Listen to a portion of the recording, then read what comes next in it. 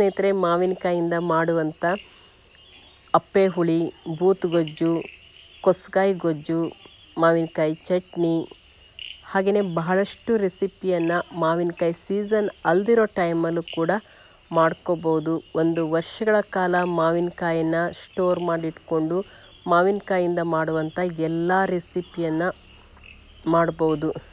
ಅದನ್ನು ಹೇಗೆ ಇಟ್ಕೊಳ್ಳೋದು ಅನ್ನೋದನ್ನು ಇವತ್ತಿನ ವಿಡಿಯೋದಲ್ಲಿ ನೋಡೋಣ.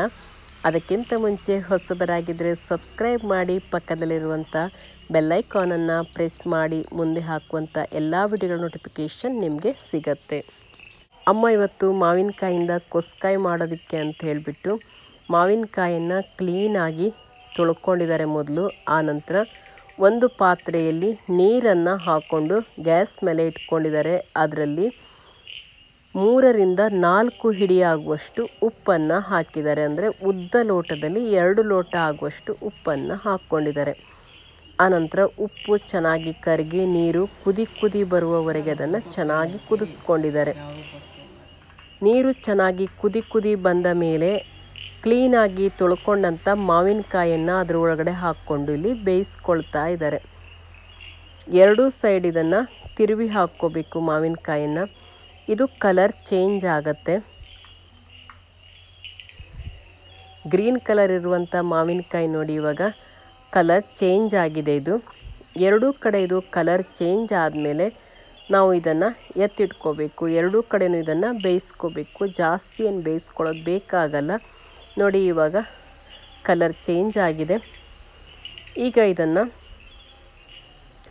ಎತ್ತಿಟ್ಕೋಬೇಕು. ಎಲ್ಲವನ್ನು ಈಗ ಇನ್ನೊಮ್ಮೆ ತಿರುವಿ ಹಾಕ್ಕೊಳ್ತಾ ಇದ್ದಾರೆ. ಇವಾಗ ಒಂದೊಂದೇ ತೆಗೆದು ಬೇರೆ ಪಾತ್ರೆಗೆ ಇದನ್ನು ಹಾಕ್ಕೊಳ್ತಾ ಇದ್ದಾರೆ. ಇಷ್ಟು ಬೆಂದರೆ ಸಾಕಾಗತ್ತೆ. ನೋಡಿ, ಕಲರ್ ಚೇಂಜ್ ಆದರೆ ಸಾಕೋದು. ಕರಗಿ ಮುದ್ದೆ ಆಗುವಷ್ಟೆಲ್ಲ ಬೇಯಿಸಬಾರ್ದು. ಕಲರ್ ಮಾತ್ರ ಚೇಂಜ್ ಆಗಬೇಕು. ಸ್ವಲ್ಪ ಮೆದು ಆಗುತ್ತೆ ಅಷ್ಟೇ. 2 ಸೈಡಲ್ಲೂ ಬೆಂದಿರಬೇಕು. 2 ಸೈಡಲ್ಲೂ ಗ್ರೀನ್ ಕಲರ್ ಇರಬಾರ್ದು. ಅಷ್ಟು ಚೆನ್ನಾಗಿ ಅದನ್ನು ಬೇಯಿಸ್ಕೋಬೇಕಾಗತ್ತೆ ಅಷ್ಟೇ. ಇವಾಗ ಇದನ್ನೆಲ್ಲ ತೆಕ್ಕೊಳ್ತಾ ಇದ್ದಾರೆ. ಈಗ ನೋಡಿ, ಈ ರೀತಿ ಕಲರಿಗೆ ತಿರುಗಬೇಕು. ಅದು ಗೋಲ್ಡ್ ಕಲರ್ ಬರುತ್ತೆ. ಮತ್ತೆ ಪುನಃ ಅದರಲ್ಲಿ ಹಾಕ್ಕೊಳ್ತಾ ಇದ್ದಾರೆ. ಎಷ್ಟು ಮಾವಿನಕಾಯಿ ಇದೆಯೋ ಅಷ್ಟನ್ನು ಈ ರೀತಿ ಬೇಯಿಸಿಟ್ಕೋಬೇಕು. ನಿಮಗೆ ಎಷ್ಟು ಮಾವಿನಕಾಯಿ ಬೇಕಾಗತ್ತೆ ನೋಡ್ಕೊಂಬಿಟ್ಟು ಅದನ್ನು ಬೇಯಿಸ್ಕೋಬೇಕು. ಒಂದು ಸೈಡು ಬೇಯಿಸ್ಕೊಂಡು ಪುನಃ ಇನ್ನೊಂದು ಸೈಡು ಇದನ್ನು ತಿರುವಿ ಹಾಕ್ಕೊಳ್ತಾ ಇದ್ದಾರೆ. ಸುತ್ತಲೂ ಇದು ಚೆನ್ನಾಗಿ ಬೆಂದು ಕಲರ್ ಚೇಂಜ್ ಆಗಬೇಕು. ಅಲ್ಲಿಯವರೆಗೆ ಇದನ್ನು ಬೇಯಿಸ್ಕೋಬೇಕು. ಕೆಲವರು ನೀರನ್ನು ಚೆನ್ನಾಗಿ ಕುದಿಸ್ಬಿಟ್ಟು ಅದರಲ್ಲಿ ಮಾವಿನಕಾಯಿ ಹಾಕಿಬಿಟ್ಟು ಈ ರೀತಿ ಅದನ್ನು ಬೇಯಿಸ್ಕೊಂಡು ಉಪ್ಪು ನೀರಲ್ಲಿ ಹಾಕ್ತಾರೆ. ಆದರೆ ಅಮ್ಮ ಮಾಡೋ ರೀತಿ ಹೀಗಿದೆ. ಇದು ತುಂಬ ಚೆನ್ನಾಗಿರುತ್ತೆ. 1 ವರ್ಷಗಳ ಕಾಲ ಸ್ವಲ್ಪನೂ ಇದು ಹಾಳಾಗಲ್ಲ. ತುಂಬಾ ಚೆನ್ನಾಗಿರುತ್ತೆ. ಹೇಗಿಟ್ಟಿರ್ತೀವೋ ಹಾಗೇ ಇರುತ್ತೆ. ಇವಾಗ ಉಪ್ಪು ನೀರನ್ನು ಹಾಗೆ ಎತ್ತಿಟ್ಕೋಬೇಕು.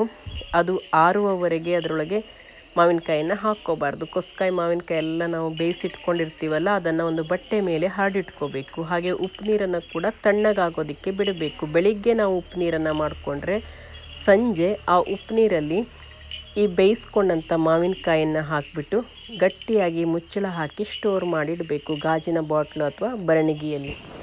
ಈ ರೀತಿ ನೀವು ಇಟ್ಕೊಂಡ್ರೆ 1 ವರ್ಷಗಳ ಕಾಲ ಮಾವಿನಕಾಯನ್ನು ಬೇಕಾದಾಗ ನೀವು ಅದರಿಂದ ರೆಸಿಪಿನ ಮಾಡ್ಕೋಬೋದು. ಬೂತುಗೊಜ್ಜು ಮಾಡ್ಕೋಬೋದು, ಚಟ್ನಿ ಮಾಡ್ಕೋಬೋದು, ಅಪ್ಪೆ ಹುಳಿ ಮಾಡ್ಕೋಬೋದು, ಅಪ್ಪೆ ಹುಳಿ ಮಾಡ್ಕೋಬೋದು, ಪಲ್ಯ ಮಾಡ್ಕೋಬೋದು. ಭಾಳಷ್ಟು ರೀತಿಯ ರೆಸಿಪಿಯನ್ನು ಮಾಡ್ಕೋಬೋದು. ನೀವು ಕೂಡ ಇದೇ ರೀತಿ ಮಾವಿನಕಾಯನ್ನು ಇಟ್ಕೊಳ್ಳಿ.